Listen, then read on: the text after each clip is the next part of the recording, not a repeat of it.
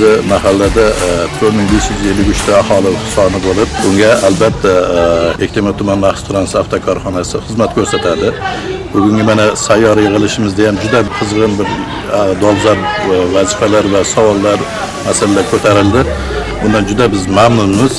Shahar boshqarmasidan ham kelishdi, vakillar, rahbarlar ular bir chiroyli bir suhbat o'tkazildi. Bundan biz juda bilmagan narsalarni fuqarolarimiz bilib olishdi. Bularning xizmat turlari nimadan iborat va bular bu korxona qanaqa korxona, bularning to'lovlari nimaga to'lanadi va bularning xizmati bilan to'g'risida juda bir batafsil javoblarga ega bo'ldik.